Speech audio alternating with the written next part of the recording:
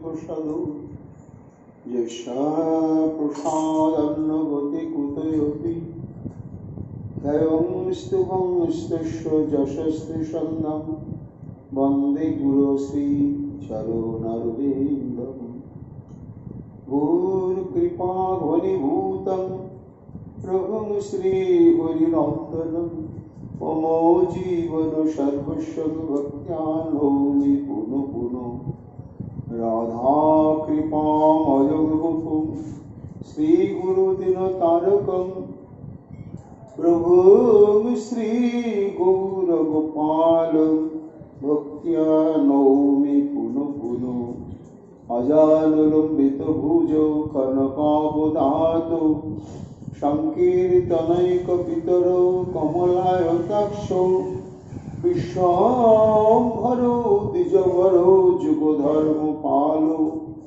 বন্দে জগৎপ্রিয়করো করুণায় অবতারো আনন্দলীলাময় বিগ্রহায় হেমাবদিব্যচ্ছবিসুন্দরায় তস্मै महाप्रेमरसप्रदाय चैतन्यचन्द्राय नमो नमस्ते निरानन्दविदं सर्वं प्रेमानन्दस्फुटीकृतं येन तं सततं वन्दे नित्यानन्दजगद्गुरुं श्रीअद्वैत नमस्तुभ्यं कलिजनकृपानिधे गौरीप्रेमप्रदानाय श्रीसीतापतये नमः राधिनीस्वरूपाय गौरांग सुहृदाय च भक्तशक्तिप्रदानाय गदाधर नमस्तुते प्रणमामि श्रीवासं तमाद्यं पंडितं मुदा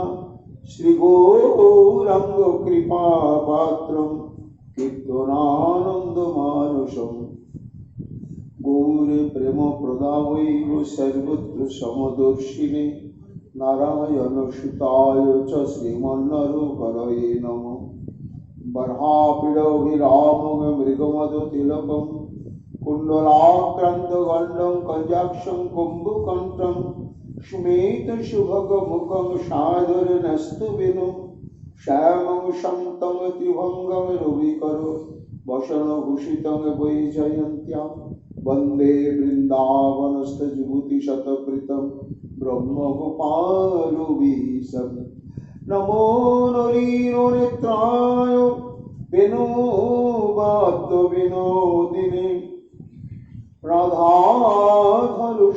राधाधनुसुधापानं शालिने वनमालिने हे कृष्ण करुणा सिन्धो दीनबन्धु जगत्पते गोपेश गोपिकान्त राधाकान्त नमस्तुते मुखं करोति वाचालं पङ्गुं लङ्घयते गिरिं यत्कृपातमहं वन्दे परमानन्दमाधवं तप्तो काञ्चन गौराङ्गी राधे वृन्दावनेश्वरी वृषभानुसुते देवी तं नमामि हरिप्रिये महाभावस्वरूपातं कृष्णप्रिया वरियसी विभुक्तिप्रदे देवी राधिका तं नमाम्यहं वन्दे नन्दव्रजस्त्रीणाम्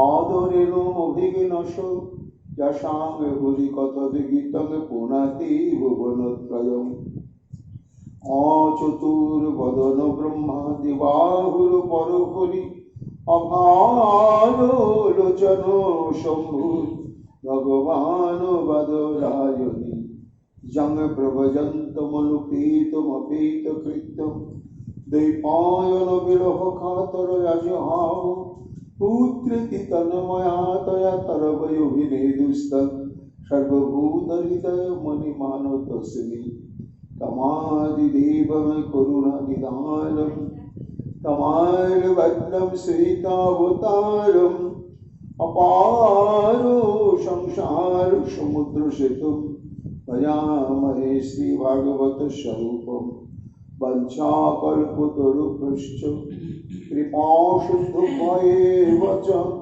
পতিতানাং পাবনেভ্যো বৈষ্ণবেভ্যো নমো নমো।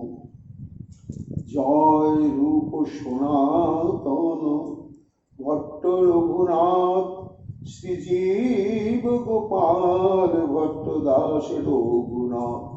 ভক্তি ভরে বন্দি ছয় গোসাঁয়ের চরণ, যাহা হইতে বিঘ্ন নাশ বিষ্ট পূরণ। জয় গৌর ভক্তবৃন্দ গৌর যাদের প্রাণ, সবে মিলে দেহ মোরে নিতাই গৌর ভক্তি দান। নিতাই গৌর হরি বল, নিতাই গৌর হরি বল, নিতাই গৌর হরি বল। জয় জয় নিতাই গৌর হরি হরি বল। রাধে রাধে রাধে, জয় জয় শ্রী রাধে। রাধে প্রাণ রাধে, রাধে রাধে রাধে, রাধে রাধে রাধে। জয় শ্রী রাধে। ও অতি ধন্যা ব্রজ রমণ্য, স্তন্যমৃতং পিতমতিবতে মুদা। যশাং বিভুবৎসতরাত্মজাত্মনা, যতৃপ্তয়ে পদ্মাপি ন চলমুদ্ধরা।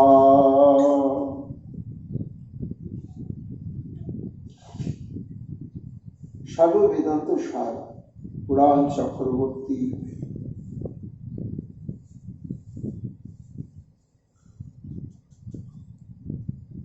সচ্চিদানন্দ বিগ্রহ শ্রী গোবিন্দের অভিন্ন কলেবর শ্রী শ্রীমদ্ ভাগবত মহাপুরাণে দশম স্কন্ধে চতুর্দশ অধ্যায়ে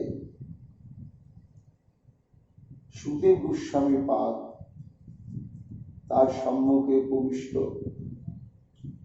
এক মন এক প্রাণ এক চিত্ত হয়ে নিরন্তর ভাগবতী কথা শ্রবণ করে চলেছেন মহারাজ পরীক্ষিত।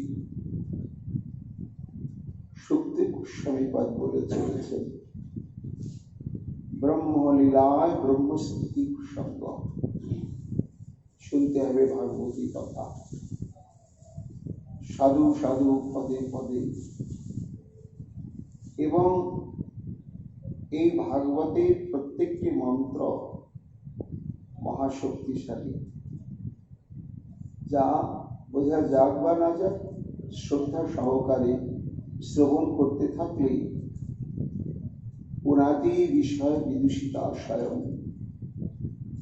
তার অপরিমার্জিত চিত্তবৃত্তি, অপরিশোধিত মন সমস্ত কিছু পরিশুদ্ধ পরিশ্রুত হয়ে যায়। বিকল্প অন্য কোনো ভজন প্রচেষ্টা ব্যতি রেখেই কেবলমাত্র শ্রীমদ্ ভাগবত শ্রবণের দ্বারায়। শুধু তাই নয়, শ্রবণ করতে করতে চিত্ত যখন পরিমার্জিত হয়ে যায়, তখন শ্রবণকারী অনুপ্রাণিত হন কৃষ্ণানুশীলনের জন্য। সম্যক বুঝতে পারে যে আমার এই দেহ ইন্দ্রিয়, আমার আত্মা, আমার বিত্ত বৈভব, আমার মনের যতগুলো মনোবৃত্তি সব কৃষ্ণ সেবার জন্যই আমি প্রাপ্ত হয়েছি। এটি সম্যক উপলব্ধি করতে সক্ষম হয় কখন? সাধু মুখে যখন সুদৃঢ় বিশ্বাস সহকারে নিরন্তর ভাগবতী কথা, ভাগবতের মন্ত্রধ্বনি কর্ণবিবরে গ্রহণ করে শ্রবণ করতেই থাকে। সুখমণি বলছেন, মহারাজ ব্রহ্মা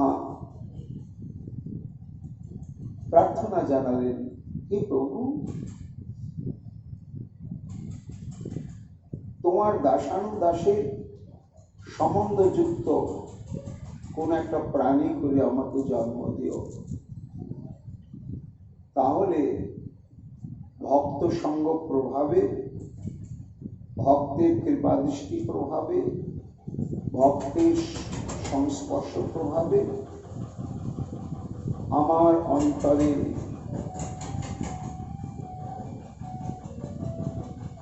প্রেম সেবানিষ্ঠা জাগ্রত হবেই হবে। সর্বোপরি এই ব্রজমণ্ডলে তোমার যে ব্রজপুরী ঘর, তাদের ভাগ্য এবং সৌভাগ্য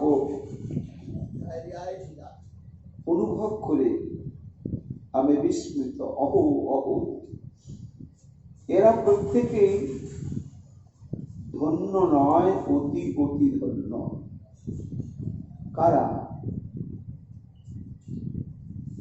না, এই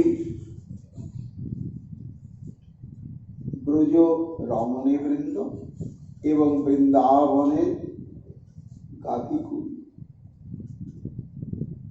কেন ধন্য বলছো ব্রহ্মা? অতি ধন্য বলছো কেন? দেখো, তারা তো পশু প্রভু, ওই গাভীগণ। আর ওই মাতৃজাতি, তারা তো পোষ্য জাতিয়া গোপকুলোদ্ভবা, সব গ্রাম্য রমণী মাত্র। কিন্তু তাদের প্রেম নির্যাস আস্বাদনের এতই তোমার লালসা যে তুমি পরোক্ষভাবে তাদের প্রদত্ত সামগ্রীর দ্বারা পরিতৃপ্ত হয়েও তুমি পরিতৃপ্ত হতে পারো না। কেন না? ওই ব্রজের কাবিগণ থেকেই তো ক্ষীর, সর, নবনীতাদি প্রস্তুত হয় এবং তুমি তা ভোজন করো, সুখ পাও। তাহলে একমাত্র তোমার যেটি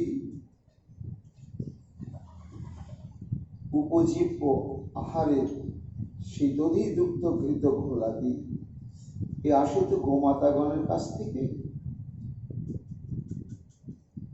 এবং ওই সমস্ত ব্রজ গোপীগণ, তারাও তুমি যখন গোকুলে প্রকটিত হয়েছ প্রভু, তখন থেকে তোমাকে যশোদানন্দন বলে জানলেও তোমার প্রতি তাদের এত প্রীতি, এত বাৎসল্য, প্রেমের আধিক্য যে তারা ঘরে যা কিছু প্রস্তুত করে আগে তোমার নিমিত্তই রাখে এবং তোমাকে অর্পণ না করে তারা তৃপ্ত হয়। তাহলে ওই সমস্ত ব্রজ রমণীগণের হৃদয় রিংড়ানো, প্রেম মাখা ক্ষীরসর নবনীতাদি, ওই সমস্ত বাৎসল্য প্রেমবতী গাভীগণের দুগ্ধজাত প্রেম মাখা দ্রব্যাদি তুমি ভোজন করো। ওরা কত ধন্য, এইভাবে তোমার সেবায় তাদের জীবন জন্ম কৃতার্থ করছে। কিন্তু এটা তো সাধারণ। আর অতি ধন্য আমি কেন বললাম? যে ওই সমস্ত ব্রজ রমণীগণের এই অকৃত্রিম বাৎসল্য প্রেমে তুমি তৃপ্ত হতে পারলে না। কেন না তুমি দেখছো যে আমাকে নিজেদের সন্তানের চাইতে অধিক প্রীতি করে বটে, কিন্তু যতই করুক এদের মনের মধ্যে একটা ছোট্ট ফাটল রয়ে গিয়েছে।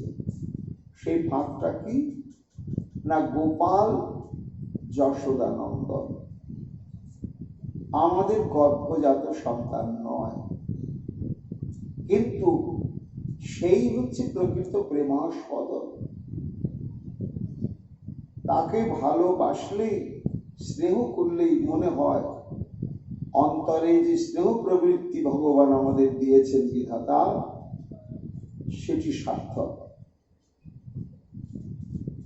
হে প্রভু, ওই যে তাদের মধ্যে একটুখানি ব্যবধান, যে আমার গর্ভজাত সন্তান নয়, গোপাল যশোদার পুত্র। আর তেমনি ওই কালীগণ গোমাতাগণ চোখের জলে ভাসে। কখন জানো না? তারা প্রত্যক্ষ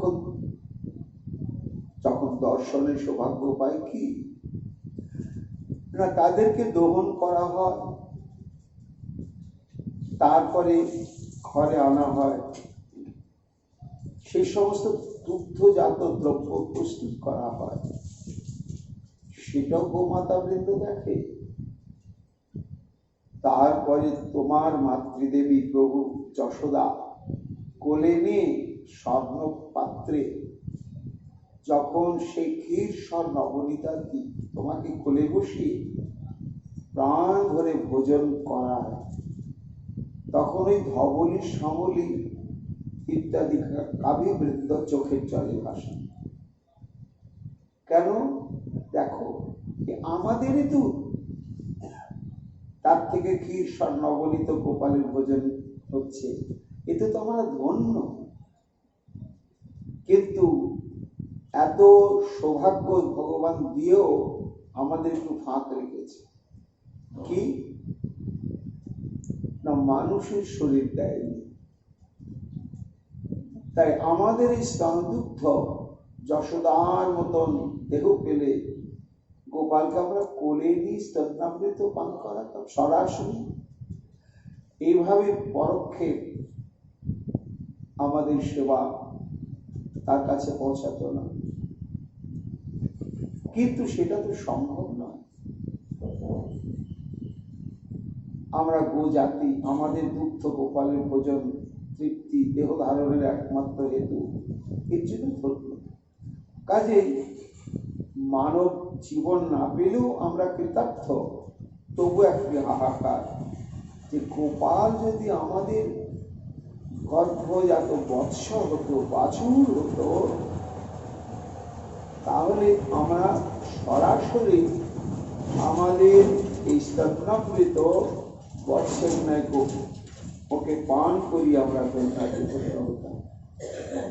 এই যে গোপীগণের অন্তরে এই অভাববোধ যে গোপাল আমাদের গর্ভজাত সন্তান কেন হলো না, আর গাভীগণের অন্তরে হাহাকার গোপাল কেন আমাদের গর্ভজাত বৎস হলো না, এই হাহাকার তোমার অন্তরে অতৃপ্তির হেতু। তাই তুমি তাদের এই বাসনা পূরণ করবার জন্য ভাবা যায়, প্রভু যশাঙ্গে বিভো বৎস তরাত্ম জাতমনা যৃত্তায় অদ্যাপি না চালমধ্ধারা। ওই বাছুর হয়ে আবার আমার এই হরণ লীলাকে কেন্দ্র করে তুমি শ্রীদাম সুদাম ইত্যাদি গোপবালক রূপ ধারণ করে একটি বছর সরাসরি ওই সমস্ত বাৎসল্য প্রেমবতী ব্রজ রমণীগণের হৃদয় বিস্তৃত বাৎসল্য প্রেমরস তুমি আস্বাদন করলে, সেখানে আর কোনো ভাব থাকলো না। আমারই পুত্র, তারা তো জানে না যে এই শ্রীদাম সেই শ্রীদাম নয়, এটি ভালোবাসার একমাত্র উৎস, সেই কৃষ্ণই শ্রীদাম। ভক্তের প্রেম তোমাকে কোথায় নিয়ে যায়? যা তৃপ্তায় অদ্যাপি, তুমি তাতে যে পরিমাণে তৃপ্তি প্রাপ্ত হও, ন চালমধ্ধারা। বিভিন্ন দেবস্থানে তপবনাদিতে রাজত্বারে বৈদিক ব্রাহ্মণ বৃন্দ যথাবিহিত ভাবে তোমার উদ্দেশ্যে যজ্ঞানুষ্ঠান আয়োজন করে যজ্ঞ অগ্রভাগ যখন তোমাকে নিবেদন করে, তাতে তুমি তৃপ্ত হও কি হও না, গ্রহণ করো কি করো না, একটা সন্দেহই থেকে যায়। কিন্তু কত লোক তোমার যে বৎস হয়ে গোমাতাগণকে করলে ধন্য, আর আপন আপন সখার ধারণ করে তাদের মাতৃবৃন্দকে করলে ধন্য। এই জন্যই অহো অতি ধন্যা ব্রজ গো রমণ্য। বৃন্দাবনের গাভী এবং রমণীবৃন্দ এরা অত্যন্ত ধন্য প্রভু। জীবন তখনই ধন্য হয় যখন হৃদয়ের প্রেম সম্পদ উজাড় করে তোমাকে উৎসর্গ করা যায়। ব্রজ রমণী সুরভি গণধন্য, পরম হর্ষি তুমি পিলে যার স্তন্য। বৎস শিশু রূপে তুমি কইলে স্তনপান, মধুর মধুর তত্ত্ব অমৃত সমান। পদ্ম পর্যন্ত যার মহাযজ্ঞ গণে, তৃপ্তি করিতে নারে মহাসংবিধানে। সুকমণি বলছেন এই তাদের সৌভাগ্য কীর্তন করতে গিয়ে ব্রহ্মা একেবারে চরম অভিভূত হয়ে পড়লেন। উচ্ছ্বাসে বলছেন অহো ভাগ্য মহোভাগ্যং নন্দগোপ ব্রজকসম জন্মিত্রং পরমানন্দম পূর্ণ ব্রহ্ম সনাতন। কি বলবো প্রভু, ভাগ্যের কথা। এই সমস্ত ব্রজবাসীগণের মহাসৌভাগ্য মহাভাগ্য, তার মহিমা আমি কি আমার এই চারটি বদনে আমি বলবো বলো। কেন? জন্মিত্রং পরমানন্দ পূর্ণম ব্রহ্ম সনাতনম। সুকমণি বলছেন কতগুলো বিশেষণ দিলেন শ্রীকৃষ্ণের ব্রহ্মা। সামগ্রিক ভাবে এর মধ্যেই তুলে ধরা হলো ভগবানের স্বরূপ ঐশ্বর্য এবং মাধুর্যের প্রসঙ্গ। জন্মিত্রং পরমানন্দম, যাদের অত্যন্ত প্রিয় পাত্র কে তুমি পরমানন্দম, আনন্দ স্বরূপ এবং পূর্ণ তত্ত্ব, পূর্ণানন্দ চিন্ময়। তুমি ব্রহ্ম, সর্বভূতে তুমি ছাড়া আর কিচ্ছু নেই। সনাতন, তুমি শাশ্বত বস্তু। এমন যে পরম ব্রহ্ম, এই পরম ব্রহ্মকে জ্ঞানীগণ জ্যোতি রূপে অন্তরে অন্তরে ভাবনা করেছে।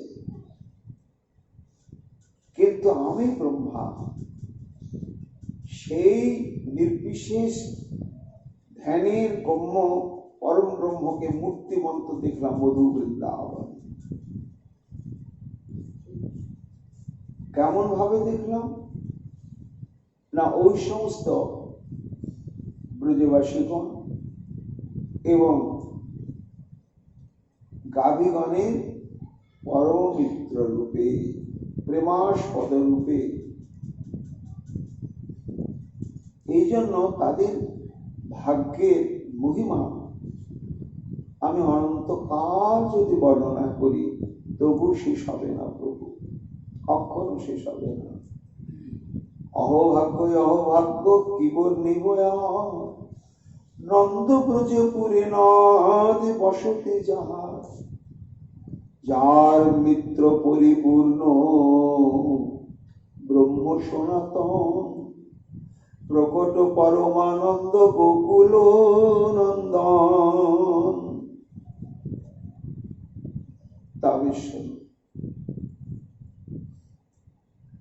গোবিন্দ বলছেন কেন ব্রহ্মা তোমরা কি বঞ্চিত রয়েছ? না প্রভু, আমরা সরাসরি বঞ্চিত,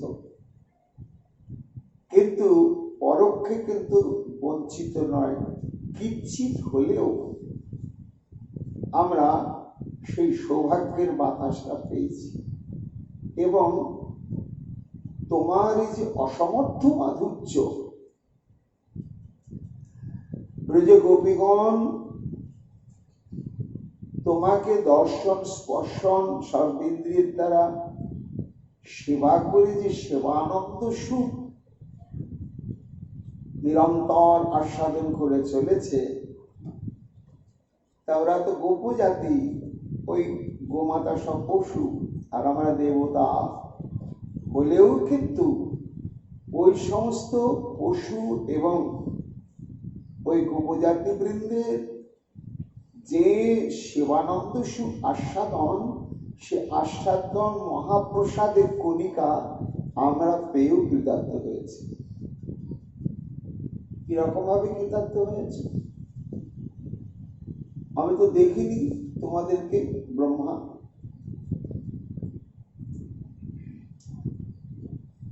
না প্রভু, কিভাবে হয়েছে সব?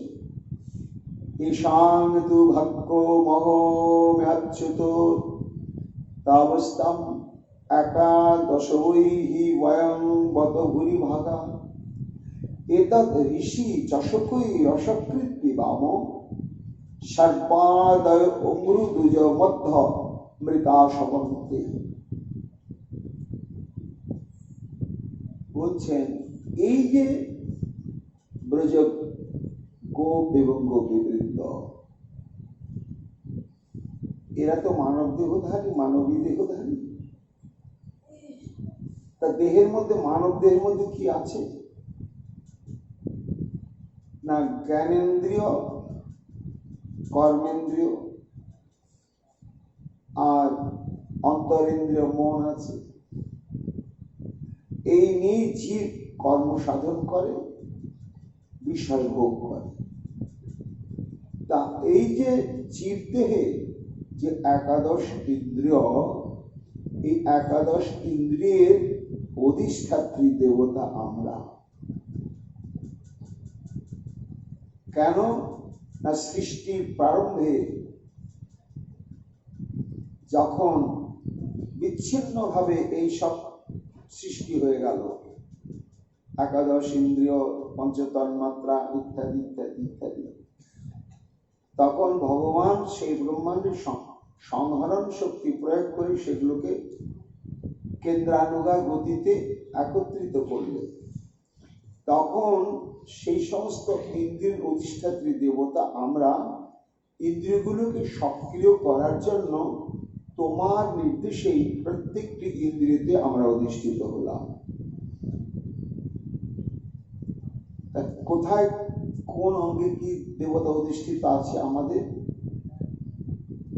না কর্ণে আছে দিক দেবতা, ত্বকে আছে বায়ু দেবতা, চোখে রয়েছে সূর্য দেবতা, আমাদের জিহ্বাতে রয়েছে প্রচেতা নামক দেবতা, নাসিকায় রয়েছে অশ্বিনী কুমারদ্বয় নামক দেবতা, বাক শক্তিতে রয়েছে অগ্নি দেবতা, হস্তে রয়েছে ইন্দ্র, পায়ে রয়েছে বিষ্ণু,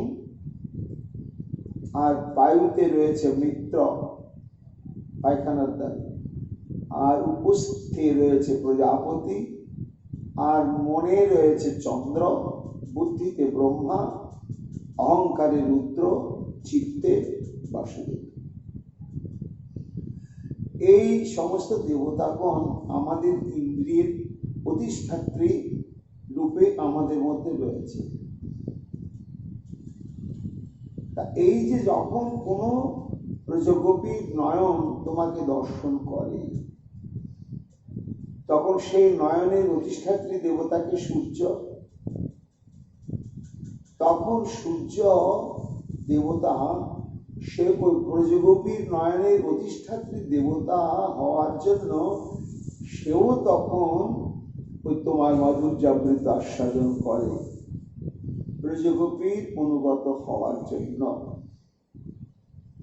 ঠিক তেমনি ত্বগেন্দ্রিয়ের যে দেবতা বায়ু, যখন তারা তোমাকে নিবিড়ভাবে স্নেহ প্রকাশ করে, কোলে নেয় কিংবা আলিঙ্গন চুম্বন আদি করে, তখন যে তুমি সুখ পাও এবং তোমাকে এইভাবে স্পর্শ করে যে সুখানুভূতির সমুদ্রে নিমজ্জিত হয় ব্রজবাসীগণ, কিভাবে সেই স্পর্শ সুখটা লাভ হয়? না ত্বগেন্দ্রিয়ের দ্বারা। আর এই ত্বগেন্দ্রিয়ের অধিষ্ঠাত্রী দেবতা বায়ু, তখন কি হয় না ওই সমস্ত গোপীদের স্পর্শ সুখ অনুভূতি প্রসাদটাও তখন অধিষ্ঠাত্রী দেবতা বায়ু প্রাপ্ত হয়।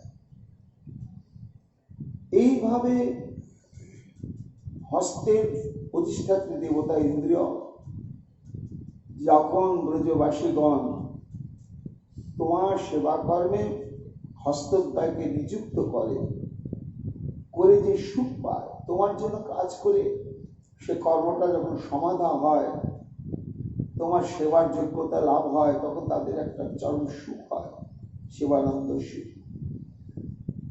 কার দ্বারা হলো না? এই দুটো হাতের দ্বারা। এই হস্তের দ্বারা তোমার নিমিত্তে সেবা কর্ম সাধন করে তারা তো সুখ পেলই, আনন্দ পেলই। হাতের যে অধিষ্ঠাত্রী দেবতা ইন্দ্র, সেও ওই ব্রজগোপী বা ব্রজগোপীর ইন্দ্রিয় অধিষ্ঠাত্রী দেবতা হওয়ার স্বীকৃতিতে সেও তখন সেই সুখানুভূতি প্রাপ্ত। এইভাবে অন্তরিন্দ্রিয়ের দেবতা চন্দ্র সে সেইভাবে তৃপ্ত হচ্ছে। এইভাবে আমরা একাদশ দেবতা পরোক্ষে কিন্তু তোমার এই যে সর্বাদয় অঙ্গুরুদজ মধ্য মৃতা সবন্তে, তোমার যে পদ্মের মধু, সেই মধুটি কেমন না অমৃত সুধা। অমৃত এবং সুধা, অমৃতা সবং বলা হয়েছে। অমৃত বললেই তো হয়ে যেত, আবার সুধা বলেছেন কেন? আর সুধা বললেই হতো, আবার অমৃত বললে দুটো বিশেষণ দিলেন কেন? না, দুটো বিশেষণের কারণ আছে। সুধা হচ্ছে চরমতম আস্বাদ্য বস্তু এবং তার ভেতরে একটা মাদকতা আছে। সুধা যদি কেউ আস্বাদন করে, তখন এক আনন্দ সমুদ্রে সে নিমজ্জিত হয়ে গিয়ে ঠিক প্রমত্ত ব্যক্তির মতন আত্মহারা হয়ে যায়। আর অমৃতের গুণ কি না, অমৃত পান করলে তার আর মরণ হয় না, অমরত্ব লাভ হয়। তা এই যে তোমার মাধুর্যামৃত রূপ, রস, গন্ধ, শব্দ এবং স্পর্শ, এই সমস্ত যে মাধুর্যামৃত, সেটি যদি কেউ ইন্দ্রিয় দ্বারে আস্বাদন করে, তখন তার জীবনের এই জন্ম মৃত্যুর প্রভাব আর থাকে না। এবং সুধা কেন, আসল শব্দে সুধা কেন না, আর জগতের কোন প্রকার আস্বাদ্য পদার্থ তার প্রতি আর তাদের রুচি থাকে না। এই যে সেটি কোথায় আছে না, একমাত্র তোমার চরণ সরোজে। তা যেমন পদ্মফুলে থাকে মধু, সেই মধু আস্বাদন করে একমাত্র ভ্রমর, তেমনি প্রভু ওই একাদশ দেবতা আমরা ব্রজবাসীগণের ইন্দ্রিয়ের অধিষ্ঠাত্রী দেবতার স্বরূপে ভ্রমরের ন্যায় নিরন্তর তোমার পাদ পদ্মে মাধুর্যামৃত মধু আস্বাদন করে আমরাও কৃতার্থ। কিন্তু এটা কিন্তু তোমারই কৃপা প্রভু। এসবের ভাগ্যকে বা করিব বর্ণনা, আমি সব ধন্য এই একাদশ জনা। ভব আদি আমি সব ধন্য সুরগণ, সর্বদেহে থাকি করি তোমার সেবন। এসবে ঋষি চষক পাত্র ধরি, তোমার পদারবিন্দ মধু পান করি। ব্রহ্মা বলছেন, এতদ ঋষি চষকই রসকৃত বিবাহ। এই যে তোমার পাদ পদ্ম নিঃসৃত অমৃতবৎ সুধাবৎ যে মধু, সে মধুটি যে আমরা পান করি সরাসরি চেটে চেটে নয়, একটা পাত্রে নিয়ে, সেই পাত্রটা কি না মধু পান করবার জন্য এক প্রকার স্বতন্ত্র পাত্রই থাকে, ওটা ওই কাজেই ব্যবহার হয়, অন্য উদ্দেশ্যে ব্যবহার হবে না। ওই পাত্রের আকৃতি দেখলে বোঝা যাবে যে এটাতে মধু পান করা হয়। তো তার একটা আলাদা নাম রয়েছে শাস্ত্রে। সেই পাত্রের নাম হচ্ছে চষক। চষক নামক পাত্রে মধু নিয়ে পান করা হয়। তা আমরা ওই ব্রজবাসীগণের ইন্দ্রিয়ে অবস্থান করে আপন আপন চিত্তবৃত্তির চষকে নিরন্তর তোমার চরণস্থিত মাধুর্যামৃত আস্বাদন করে কৃতার্থ হয়েছি, কিন্তু সরাসরি তো পাচ্ছি না। তার জন্য আমাদের অন্তরে, বিশেষ করে আমার অন্তরে অতিরিক্ত প্রভু তোমার পদার বিন্দু পান করি, এ থেকে আমি সব হইল ধন্যতম, সর্বভাবে সেবে তোমার ব্রজবাসী গণ।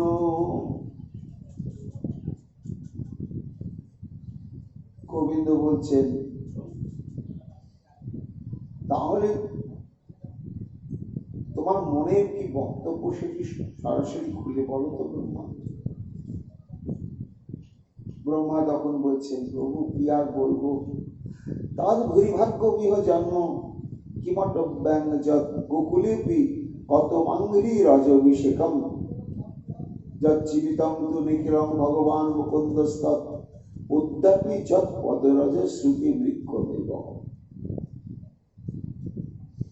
হে প্রভু, আমার সেটাই হবে জীবনের চরমতম সৌভাগ্য। আমি যদি এই বৃন্দাবনে কীট পতঙ্গ হয়ে জন্মগ্রহণ করতে পারি, তাহলে এই বৃন্দাবনের জন্ম হওয়ার সূত্র ধরেই তোমাকে সেবা করবার মনোবৃত্তি প্রাপ্ত হব, সান্নিধ্য প্রাপ্ত হব এবং সেবা করবার সৌভাগ্য প্রাপ্ত হব। গোবিন্দ যেন বলছেন, না না না, তুমি যে নিকৃষ্ট কর্ম করেছ ব্রহ্মা, তুমি গোবৎস হরণ করেছ, চুরি করে মানুষ সোনা দানা, গরু বাছুর চুরি করলে সে কত নিকৃষ্ট বলতো। এমন নিকৃষ্ট মনোবৃত্তি সম্পন্ন তুমি চাইছো কি না বৃন্দাবনে কীট পতঙ্গ হতে? শোনো, কীট পতঙ্গ তো দূরের কথা, বৃন্দাবনের একটা ধূলি কণা হওয়ার তো যোগ্যতা নেই, হতে চাওয়ার তোমার অধিকার নেই। তুমি চাইবে না যে আমাকে একটা রেণু করো। বলছেন ব্রহ্মা, বলছেন প্রভু, তাহলে যে তোমার নাম বাঞ্ছাকল্পতরু, এটা তো মিথ্যা হয়ে যাবে। ঠিক আছে, আমি স্বীকার করছি আমার এই অপরাধের গুরুত্ব কি। তা যদি মনে করো এতই অপরাধ যে একটা ধূলি কণা হতে চাওয়ার যোগ্যতা নেই, আমি ধূলি কণা হব না, তাহলে তবু আমাকে একটু ব্রজে ঠাঁই দাও। কিভাবে তুমি ঠাঁই চাইছো? গোকুলে গোপী কতম অঙ্ঘ্রি রজভিষেকম। বিষ্ণু চক্রবর্তী বা বিষ্ণুকে কতম শব্দ, তার কি বিশ্লেষণ সেটি বলছেন। কতমস্য তদীয় শৌচিক কারু হট্টিপ আদ্যেক তর সাপঙ্গ্রি রজভিষেক যত্র তথাভূতম শিলাপীঠ পট্টিকাদি জন্ম ভবতু। অর্থাৎ কাঁদতে কাঁদতে ব্রহ্মা বলছে, গোবিন্দ হে, তোমার কাছে এটা শুধু প্রার্থনা, ধূলিকণা নয়। তোমার এই বৃন্দাবনে কিছু সেবক রয়েছে, তাদেরকে কেউ ছোঁয় না, কিন্তু তারা না থাকলেও হবে না। কারা না? তারা মেথর, হট্টি মানে হাড়ি, এই সমস্ত যে নিকৃষ্ট জাতি, এরা অস্পৃশ্য, এরা উচ্চ বর্ণের সমাজের সঙ্গে বসবাস করে না, আলাদা পল্লীতেরা বসবাস করে। কিন্তু এরা না থাকলে সমাজের পরিচ্ছন্নতা থাকবে না। মেথর সমস্ত মল মূত্রাদি সব পরিষ্কার করে, পট্টিকাদি যত আবর্জনা সম্মার্জন করে পরিষ্কার করে। তা আমাকে ধূলিকণা নয় প্রভু, এই যে তোমার এই বৃন্দাবনে শৌচিক কারুহড্ডিপ, এই মেথর এবং হড্ডিতাদি যারা বাস করে, তাদের কি হয় জানো না? ওই সমস্ত মলমূত্রাদি দূরে নিক্ষেপ করে গৃহকে পরিচ্ছন্ন করে তারা যখন নিজের ঘরে আসে, তখন ওই দরজাতে শিলাপীঠ পট্টিকাদি বড় চড়া পাথরের পাটা পাতা থাকে, আর ওই পাথরের পাটাটার উপরে মেথরটা দাঁড়ায়, বাড়িতে ঢুকবে তো। তারপরে কি করে না, জলপাত্র নিয়ে পায়ে ঢালে, ঢেলে ওই পাথরের পাটাটার উপরে পাটা ভালো করে রগড়ে রগড়ে পরিষ্কার করে তবে তারা ঘরে যায়। তা হে প্রভু, আমি ধূলিকণা হতে চাই না। তোমার এই বৃন্দাবনের যে ভাঙ্গি মেথর, তারা প্রত্যেক দিন তাদের কর্ম সমাধা করে যখন গৃহে প্রবেশ করতে গিয়ে যে শিলা পট্টের উপরে দাঁড়িয়ে তাদের চরণ বিধৌত করে, আমাকে ওই পাথরটা করে দিই, আর আমি তোমার কাছে কিছু চাই না। কেন জানো না? ওই পাথরটা তো হয় না, শেষ হয় না, কাজে বংশানুক্রমিক ভাবে পাথরটা ব্যবহার হতেই থাকে। একজন করলো, এবার তার পুত্র করলো, তার পুত্র করলো, এইভাবে একটা পাথর হয়তো 14-15-100 পুরুষ ধরে চলছে। তো এইভাবে জন্মান্তর ধরে সেই তোমার বৃন্দাবনের সমস্ত মেথর বৃন্দ ওইখানে চরণ ধৌত করবে সেই পাথরটার উপরে, আর তাদের ওই চরণ ধৌত জলে আমি প্রত্যেক দিন স্নান করব। স্নান করতে করতে করতে করতে করতে তোমার ওই ব্রজের নিকৃষ্ট জাতি মেথরের চরণ জলেতে স্নান করতে করতে একদিন আমার সমস্ত মালিন্য বিধৌত হয়ে যাবে, আর আমি তোমার সেবার যোগ্যতা লাভ করব প্রভু। আমার এই বৃন্দাবনে এই সমস্ত মেথরাদির প্রতি তোমার এত কেন? যা জীবিতান্ত নিখিল ভগবান মুকুন্দ স্তদোদ্যাপী। কি ব্রজবাসী ব্রাহ্মণ, ক্ষত্রিয়, বৈশ্য, শূদ্র, চন্ডা, ওই হট্টি ইত্যাদি, এরা ব্রজে যে বেঁচে আছে, জীবন ধারণ করে আছে, এরা জানে আমাদের বেঁচে থাকার একমাত্র উদ্দেশ্যই ওই কৃষ্ণ। ওই কৃষ্ণ তুমি যাদের একমাত্র বেঁচে থাকার অবলম্বন মাত্র, তারা কৃষ্ণ সেবার জন্য বেঁচে থাকতে চায়, আর অন্য কোনো উদ্দেশ্য নয়। এবং শুধু তাই নয়, এইরকম কৃষ্ণগত প্রাণ ব্রজবাসী জন্মসূত্রে সে যত অস্পৃশ্য নিকৃষ্ট হোক, তার চরণের একটা ধূলিকণা স্পর্শ করে ধন্য হওয়ার জন্য যুগ যুগ ধরে শ্রুতিগণের অধিষ্ঠাত্রী দেবদেবীরা ছুটছে, কিন্তু সেই সৌভাগ্য পাচ্ছে না। তা এমন যে তোমার ওই সমস্ত নিকৃষ্ট জাতি, তাদের চরণ ধৌত শিলাপট্ট করে দিও, তাহলে আমি নিরন্তর অভিষিক্ত হয়ে আমার জীবনকে আমি ধন্য করতে পারব। তা সবার কি কহিব ভাগ্যের মহিমা, কি তার করিব নাথ সুকৃতি বর্ণনা। ব্রজকুলে জন্মিনাথ এই ভাগ্য মোরে, কিংবা বৃন্দাবনে গিরি তটে নদী তীরে, তৃণলতা কোনো এক হইয়া মাত্র থাকো, তোমার পদারবিন্দে এই বর মাগো। কোন মতে কারো বা চরণ ধরি পাও, অভয় চরণবিন্দে এই মাত্র চাও।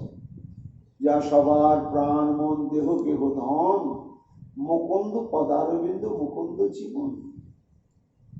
যে পদ পঙ্কজ রজ করিয়া ধ্যানে, এখন উদ্দেশ্য নাই পায় শ্রুতিগণে।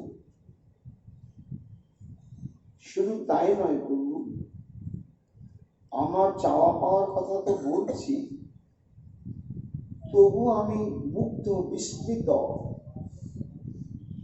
আমি কোনো সিদ্ধান্ত খুঁজে পাচ্ছি না এই ব্রজবাসীর প্রেমের বিভূত্ব দেখে, যে তোমাকে পর্যন্ত এরা হার মানিয়েছে। এই জন্য এদের প্রতি তুমি কি কৃতজ্ঞতা প্রকাশ করবে বলো তো। এস ঘোষ নিবাসী নাম তো ভবানীকে দেব রাতে তিন, চেত বিশ্ব ফলাদ ফলং তদপরং কুত্রাপয়ন উচ্চতি। সদ বিষাদপি পুতনাপি সকুলা তামেব দেব পিতা, যদ্ধমার্থ শরীর প্রিয়াত্ম তনয় প্রাণশয়া স্তৎকৃত।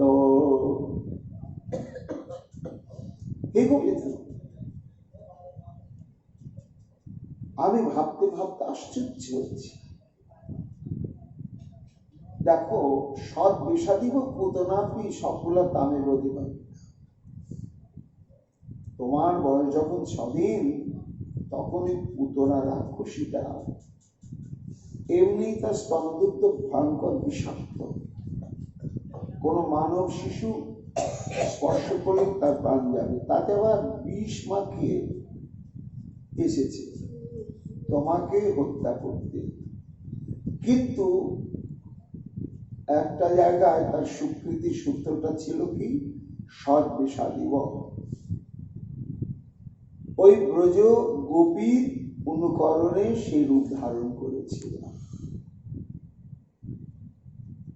এই যে অনন্ত কোটি ব্রহ্মাণ্ডে যত ভক্ত তোমার জন্য প্রাণান্ত অনুরাগ্নে ভজন করে চলেছে, তাদের মধ্যে শ্রেষ্ঠই হচ্ছে সমস্ত ব্রহ্মাণ্ডে ওই গোপী বৃন্দ। তুমি অর্জুনকে কথা বলেছ যে গোপীরা আমার কি আমি জানি না। সেই গোপীর বেশ ধারণ করে পুতনা তোমাকে হত্যা করতে এসেছে, কিন্তু তুমি কি করলে? সকলা তামেব দেওয়া পিতা, শুধু তাকে উদ্ধার করলে না, তার 14 গোষ্ঠীকে তুমি উদ্ধার করে দিলে। কেন? বকাসুর, তৃণাবর্ত এরা সবই হচ্ছে পুতনার আত্মীয় স্বজন। তা গোবিন্দ এদেরকে উদ্ধার করে দিয়েছে। তা পুতনা একাই উদ্ধার হলো না, তোমার সম্বন্ধের সূত্র ধরে ও বংশটাই উদ্ধার করে দিল। তা যদি একটু গোপীর বেশ ধরে মাতৃভাব নিয়ে বিস্মাকা স্তন তোমাকে কেউ প্রদান করে, তার বিনিময়ে তুমি যদি এতটাই দান করো, তাহলে সেই তুলনায় আমি বলি যে এই যে ব্রজবাসীগণ কেমন, তারা ধামার্থ শরীর প্রিয়াত্ম তনয় প্রাণশাস্ত্রে, অর্থাৎ এই ব্রজবাসীগণের তুমি গৃহ, ধন, বন্ধু এবং তাদের ব্রহ্মাণ্ডে যত সর্বাঙ্গী সুন্দর বস্তু রয়েছে, তৃপ্তাস্পদ বস্তু রয়েছে, সবই তোমার জন্য। এই তোমার জন্যই তারা শ্বাস প্রশ্বাস ত্যাগ করে, দেহ যত্ন করে, সব তোমার উদ্দেশ্যে। এইভাবে যাদের জীবনটা তোমার উদ্দেশ্যে সর্বতভাবে উৎসর্গীকৃত, তো পুতনা বিষ্মাখা স্তন নিয়ে মাতৃভাব নিয়ে এসে তোমার কাছে এতটা পুরস্কার পেল, সেই তুলনায় এই সমস্ত ব্রজবাসীদের কি পুরস্কার তুমি দেবে বলো তো প্রভু? কেন না ভজনের চরমতম ফল কি না তোমার চরণ, এটাই তো শেষ। কিন্তু তুমি যতই বলো, এই যে ব্রজবাসী বৃন্দ, এদের যে প্রেম, এদের যে সেবা নিষ্ঠা, এদের যে সেবা ব্যাকুলতা, তার বিনিময়ে তুমি যদি ভক্তি অর্থাৎ ব্রহ্মাণ্ডে যত ভোগ রয়েছে তা ভোগের স্বীকৃতি প্রদান করো, অষ্টসিদ্ধি প্রদান করো, মোক্ষামৃত প্রদান করো, এমনকি শেষে যদি তুমি নিজেকেও দান করে দিয়ে দাও, তাহলেও কিন্তু পুতনার প্রতি কৃতজ্ঞতা প্রকাশের তুলনায় তুমি নিজেকে এদের কাছে দান করে দিলেও সেই ঋণ শোধ হবে না, হবেই না। এটাই চিন্তা করে আমি বুঝছি মোহগ্রস্ত হয়ে যাচ্ছি যে ব্রজবাসী গণের ঋণ তুমি কিভাবে শোধ করবে, কি দিয়ে শোধিবে না এসবের ধার, তুমি সর্বফলময় বিনে নাহিয়া, মনে মনে জগৎ চাহিনু বিচারিয়া, ব্রজপুরবাসী ধার শোধিবে কি দিয়া, যদি বল আত্মদান করিব তাহারে, শোধন না যায় তার দেহ পরকারে। তুমি যদি নিজেকে বিক্রিতে সাথ মানো, নিজেকে বিক্রি করে দিলেও সেই ঋণে যে পরিমাণ তাদের প্রেম, সেই প্রেমের ঋণ কখনো শোধ হবে না, হওয়া সম্ভব নয়। পুতনা রাক্ষসী লোক ও বালক ঘাতিনী কেবল ধরিল মাত্র সাধু বেশ খানি, সবাংশে তোমারে পাইল সেই পুণ্য ফলে, যে সবেরে পুণ্য কেউ করিতে না পারে। আর এই ব্রজবাসী প্রাণ মন দেহ দেহ সুবিত্তদার, তোমার প্রীতি রসে প্রয়োজন যার, আমাকে দিয়া আপনাকে দিয়া হব তাহার অধীন, যদি বলো তবু তো শোধিতে পারি, সেবা অনুরূপ দিতে না পারিলে ফল, ঋণী হইয়া তুমি নাথ রহিবে কেবল। তোমাকে ব্রজবাসীর কাছে চিরকালের জন্য ঋণ থাকতেই হবে, আর ঋণ তো থাকলে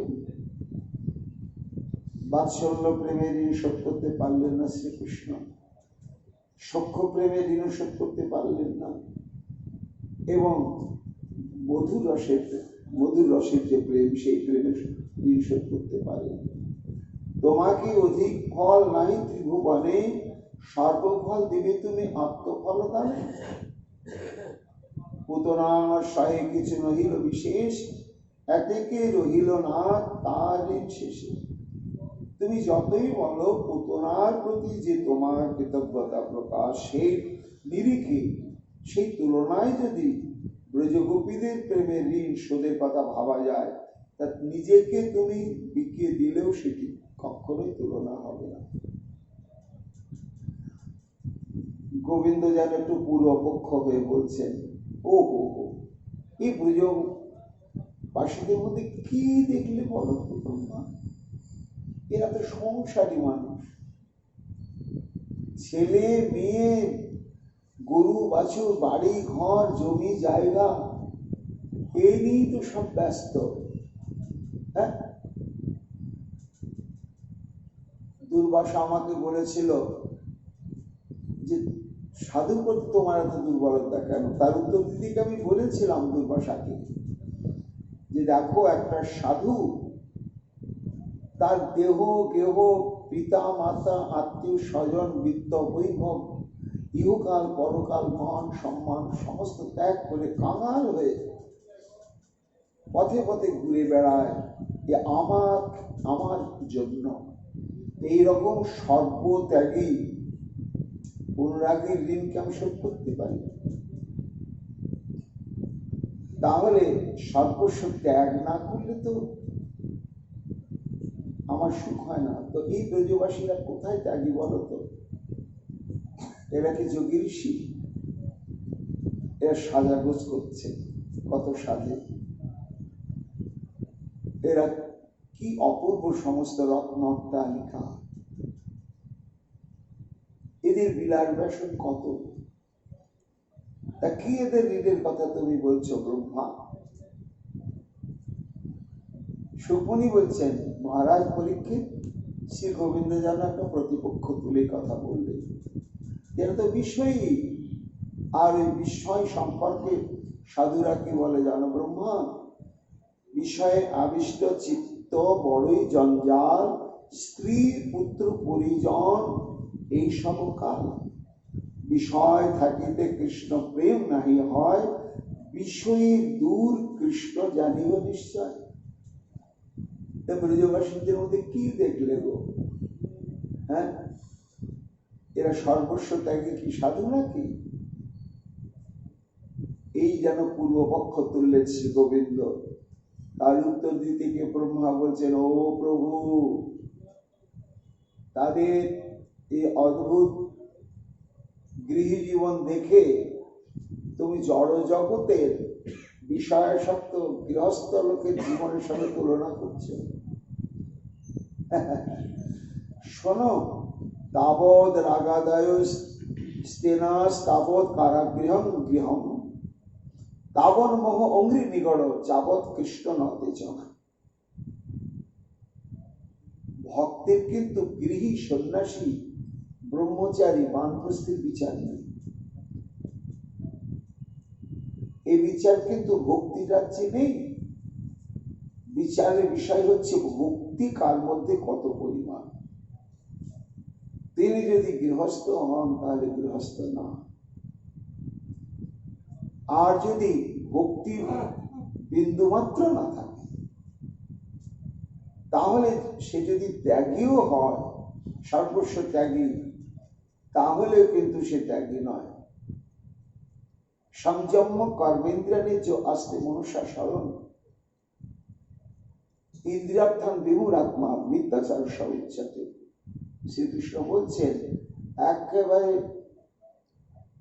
ঊর্ধ্বপদে হেট মুন্ডে সে ভজন সাধন করে যাচ্ছে, দেখে লোকে বাহ্য, কিন্তু উদ্দেশ্য কি না? ভেতরে ভেতরে ভোগবাসনা, সে ভোগ করেই চলেছে। মানুষ প্রশংসা করছে, লাখ লাখ টাকা সেখানে দিচ্ছে, পরোক্ষভাবে সেই সব নিয়ে ভোগ করে চলেছে। এরা হলো প্রকৃত ত্যাগী নয়, এরা হলো ভণ্ড। এই জন্য সেই সংসারটাই হয় কারাগৃহ। আর সেই সংসারে কাম, ক্রোধ, লোভ, মোহ, মাৎসর্যাদি আসক্তি প্রভাব বিস্তার হয়। আর সেই সংসারটা পদশৃঙ্খল হয়ে তাকে বেঁধে রাখে। যে সংসারের মানুষ কৃষ্ণের সমর্পিত চিত্ত নয়। তো যারা গোবিন্দেতে পরিপূর্ণভাবে সমস্ত কিছু উৎসর্গ করে কৃষ্ণ সেবায় তাদের জীবনের মুখ্য ব্রত, দেহটাও তাদের কৃষ্ণ সেবার উপকরণ, চাষবাস, ওই সমস্ত গোপালন সবই কৃষ্ণ সেবার উদ্দেশ্যে, এটি তারা সর্বান্তঃকরণে জানে, বোঝে। এইভাবে যারা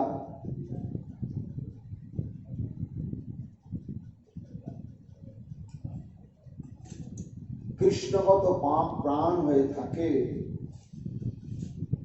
তাদের চরণধুলিও বড় বড় সমস্ত পরমহংস চূড়ামণি তারাও গ্রহণ করতে ব্যস্ত হয়ে যান, তাই না? আমরা দেখেছি যেমন চৈতন্য অবতারে রূপ সনাতন রঘুনাথ দাস গোস্বামী পাদের কি দৃষ্টান্তবিহীন বৈরাগ্য এই কলিযুগে, তাই তারা যেমন প্রণম্য। আবার ওইদিকে ভাগবত পাঠ আরম্ভ করতে গেলে পঞ্চপুত্র সঙ্গে নাচে রাই ভাবানন্দ, তৃণপুত্র সঙ্গে নাচে সেন শিবানন্দ, না বললে ভাগবত পাঠ আরম্ভ করাই যাবে না। তাহলে তো এরা একেবারে চরম গৃহস্থ ছিল, ছেলে মেয়ে পুত্র কন্যা নিয়ে তারা সংসার জীবন যাপন করত। কিন্তু তাহলে কি বৈশিষ্ট্য ছিল যে তাদেরকে বন্দনা না করলে ভাগবতী কথা শ্রবণ কীর্তনের যোগ্যতাই আমাদের লাভ হবে না? এই জন্য ব্রহ্মা বলছেন, হে প্রভু, গৃহস্থ মানেই যে বিষয়ী তা নয়, কিন্তু যাদের বিষয় সংসার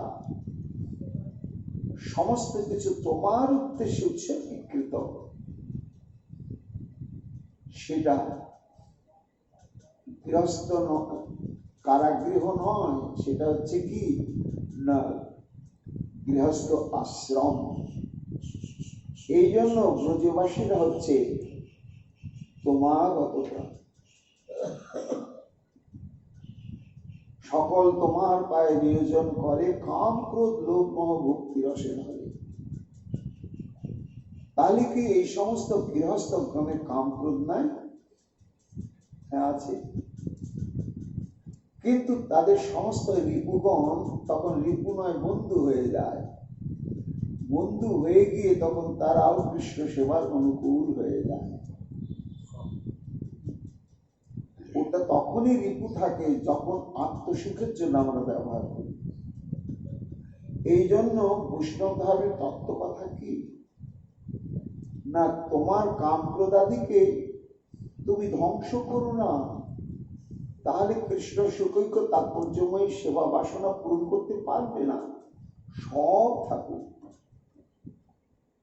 ওগুলো ধ্বংস করলে চলবে না, ওগুলো আত্মসুখের দিকে রয়েছে, তার গতিটাকে ফিরিয়ে তুমি কৃষ্ণ সুখের দিকে নিয়ে চলো। কাম কৃষ্ণ কর্মার্পণে ক্রোধ ভক্ত দেশী জানে লোক সাধু সঙ্গ হরি কথা। তখনই তারা রিপু থাকে না, তখন তারা হয়ে যায় বন্ধু। এই জন্য ভক্তিপথ আর যোগপথের পার্থক্য। যোগ্য যে চিত্তবৃত্তি নিরোধক, তোমারই কাম ক্রোধ শত্রু, ওদেরকে একদম নির্মূল করে ধ্বংস করে শেষ করে দাও। কিন্তু ভক্তি বলছে না, ওগুলো দরকার আছে। কেমন দরকার আছে? দৃষ্টান্ত দিচ্ছেন, একজন ব্যক্তি একটা ঘোড়া কিনেছে, এখন অবাধ্য ঘোড়া, তাকে কিছুতেই সংযম করতে পারছে না, কিন্তু তাকে বহুদূর কর্মস্থলে যাতায়াত করতেই হবে, আর তার জন্য ওইটাই হচ্ছে তার বাহন। তার ওই উশৃঙ্খল অবাধ্য সেই অশ্বটাকে একদিন ক্রোধ পরবশে একদম শেষ করে দিল, মেরেই ফেলল। মেরে ফেলার ফলে হলো কি, তার গন্তব্যস্থলে যাতায়াতটা বন্ধ হয়ে গেল, পৌঁছাতে পারলো না।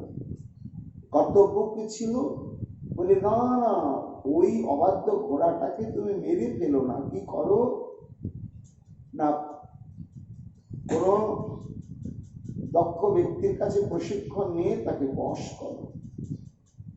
যখন তুমি বশ করবে তখনই দেখবে তোমার এত বাধ্য হয়ে গিয়েছে, তুমি যত চলে যেতে বলছে যাচ্ছে, যেদিকে যেতে বলছে যাচ্ছে।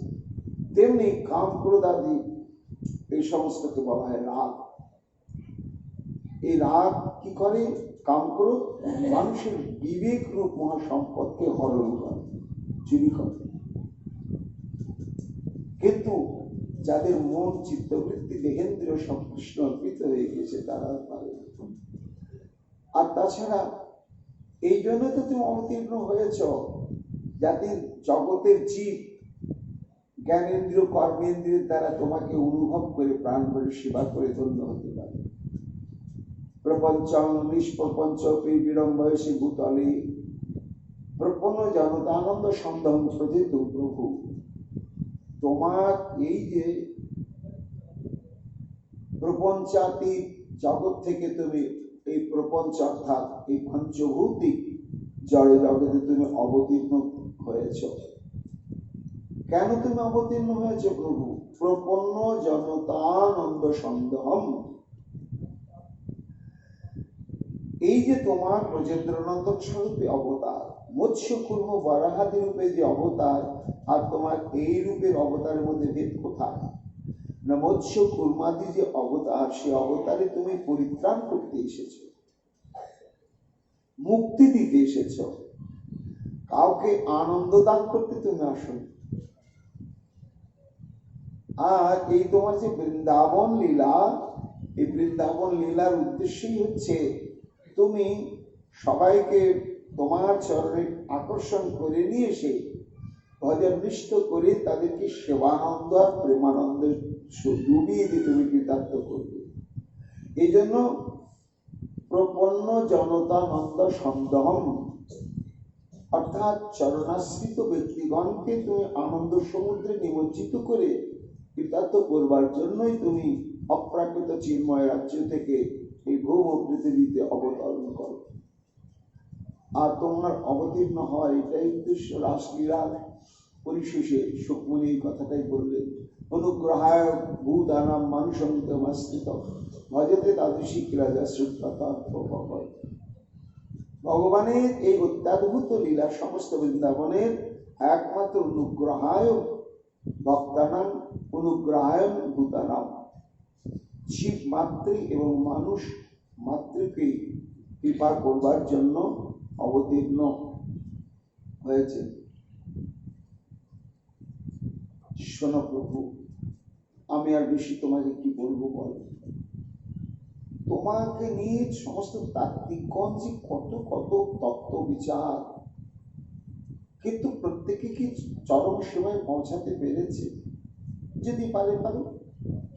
জানন্তেব জানন্তু কিং বহুন্না নবে প্রভু মনুষ্য বপুষ বাজ বিভবং বৈভবং তব গোচর।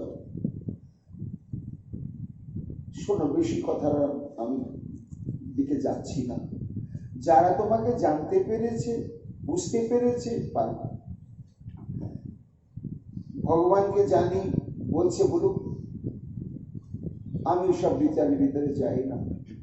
আমি শুধু এটাই অনুভব করেছি যে আমার মতো ক্ষুদ্র ব্যক্তির মন, বুদ্ধি, চিত্তবৃত্তির দ্বারা আমি তোমার এই অনন্ত করুণা সমুদ্র, মাধুর্য সমুদ্র, ঐশ্বর্য সমুদ্রের এক কোণাও আমি স্পর্শ করতে পারলাম না, অনুভব করতে পারলামই না। যে তোমারে জানে বলে জানুক সে জানে, মোর কোন প্রয়োজন বিস্তর কথা নেই। মোর তনু মন বচনের শক্তি বল, সকল প্রভুর দুই চরণে গোচর, বৈভবং তব গোচর। তুমি তো সর্বান্তর্যামী, তাই আমার অত বিচারের দরকার নেই। আমি তোমাকে শুধু ভালোবেসে ফেলেছি, আর তোমার এই তত্ত্ব বিচারাদি আমি জানতেও চাই না। আমার ছোট্ট মন বুদ্ধি দিতে পারে না। অরূপ স্বরূপ সগুণ নির্গুণ দয়াল ভয়াল করি হে, আমি কিবা জানি কিবা বুঝি, তাই ভেবে কেন মরি হে। কি বুঝি তোমার অনন্ত লীলার? কেন বা এসেছি, কেন বা যাব, তাই ভেবে কেন জীবন কাটাবো। আমি ব্রহ্মা, কেন আমার জন্ম আমি কি জানি? তোমার উদ্দেশ্য সাধনের জন্য তুমি জন্ম দিয়েছ, আবার আমাকে চলে যেতে হবে। এই কেন এসেছি কেন যাব এই বিচারের মধ্যে জীবনটাকে গুলিয়ে ফেলে লাভটা কি? কেন বা এসেছি কেন বা যাব, তাই ভেবে কেন জীবন কাটাবো, তুমি আনিয়াছ তোমারেই পাবো, এই শুধু আমি জানি হে। অরূপ স্বরূপ সগুণ নির্গুণ, দয়াল ভয়াল ঘড়ি হে, আমি কিবা জানি কিবা বুঝি, তাই কেন ভেবে মরি হে। না রাখি জটিল ন্যায়ের বারতা, বিচারে বিচারে বাড়ি অসারতা। কত বিচার! অদ্বৈতবাদীরা বলছে একমাত্র অদ্বৈত, দ্বৈতবাদী বিশিষ্টাদ্বৈতবাদী দ্বৈতাদ্বৈত, হাজার হাজার মতবাদ। ওই বিচারের জঙ্গলে ঢোকার দরকার নেই। বিচারে বিচারে বাড়ে অসারতা, না রাখি জটিল ন্যায়ের বারতা, বিচারে বিচারে বাড়ি অসারতা। আমি জানি তুমি আমারই দেবতা, তাই ভেবে প্রাণ ভরি হে। তাই বলে ডাকি প্রাণ যাহা চায়, ডাকিতে ডাকিতে হৃদয় চূড়ায়, যখন যে রূপে প্রাণ ভরে যায়, তাই দেখে প্রাণ ভরি। বলতে বলতে নয়নের জলে ভাসতে লাগলেন। আমার আর বিচারে কোনো প্রয়োজন নাই, শুধু তোমার কাছে একটুখানি প্রার্থনা। অনুযায়ী মাং কৃষ্ণ তম সর্ববেদ শুচি সর্বদ্রী তামেব জগতাং নাথ জগৎ ইতৎ তবার্পিতম। তুমি সর্বান্তর্যামী, তোমার কাছে আমার লুকানো কিচ্ছু নেই। আমি কি করেছি, কি করছি, কি করব, সবই তুমি জানো, দেখছো, বুঝছো।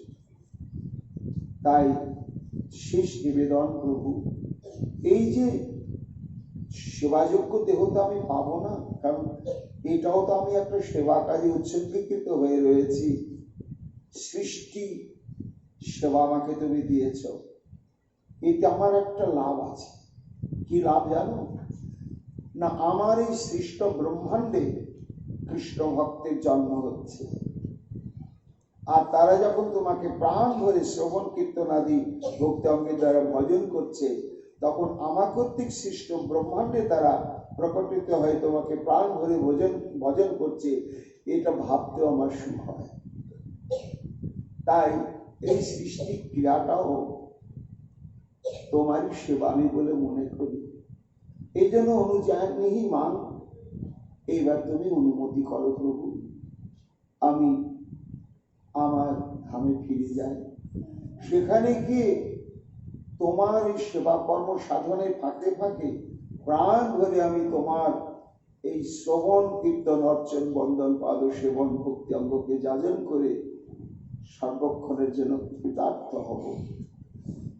শ্রীকৃষ্ণ বিষ্ণুকুল পুষ্কর পঙ্কজ দায়ীন শানিক জর্জর নৃপুষদীকারীন উদ্ধর্ম সর্বরহ রক্ষিত অক্ষর সর্ব রাক্ষস দ্রুপ আকল্প মা কর্ম মহান ভগবান নমস্তে।